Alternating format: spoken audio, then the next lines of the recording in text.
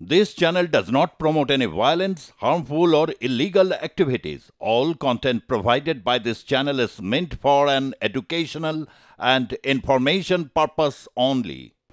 জীবনের সব ক্ষেত্রেই প্রতিদিন বাড়ছে প্রতিযোগিতা, তার সঙ্গেই বাড়ছে অসুস্থতা, ব্রেন স্ট্রোক। এটি এখন আকছাড়ি শোনা যায়, যা প্রাণঘাতীয় হয়ে ওঠে। কিভাবে মোকাবিলা করবেন, কিভাবে বুঝবেন ব্রেন স্ট্রোক হয়েছে আপনার, হলেই বা কি করবেন? হোমিওপ্যাথিতে কি ব্রেন স্ট্রোকের চিকিৎসা হয়, তা কতটা সফল জানালেন ওয়ার্ল্ড ফেডারেশন অফ হোমিওপ্যাথির প্রেসিডেন্ট ডাক্তার প্রকাশ মল্লিক।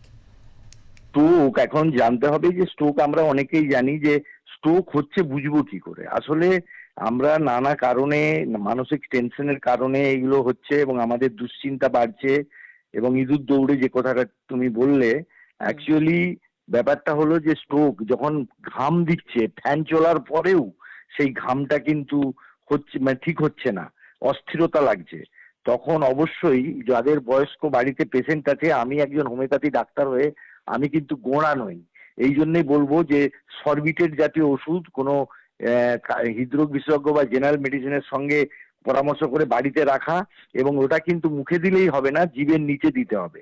এবং স্ট্রোকের মেন কারণ যেটুকু জানা গেছে সেটা হচ্ছে ব্লাড প্রেশার আর ডায়াবেটিস নিয়ন্ত্রণে রাখা। এবং এক্ষেত্রে যদি আমরা হোমিওপ্যাথি চিকিৎসা শরণাপন্ন হই, ডাক্তারকে বাবুর থেকে দিয়ে যদি ডে টু ডে না হলেও সপ্তাহে একবার করে ব্লাড প্রেশার চেক করি এবং মাসে একবার করে মানে ডায়াবেটিস টেস্ট করি, সুগার টেস্ট করি, তাহলে এটা সম্ভব। এবং লক্ষণ অনুযায়ী আমরা যদি ডায়াবেটিস থাকে তাহলে তাকে আমরা লক্ষণ অনুযায়ী বিভিন্ন ওষুধ দিতে পারি, সিজিয়াম, জেমিনামা, সালভেস্টা। এবং আর যদি তার ব্লাড প্রেশার থাকে তাহলে রক্তচাপ যখন খুব তার মানে মাথা ফেটে যাচ্ছে সেই লক্ষণের উপরে গ্লোনুইন দেওয়া যায়।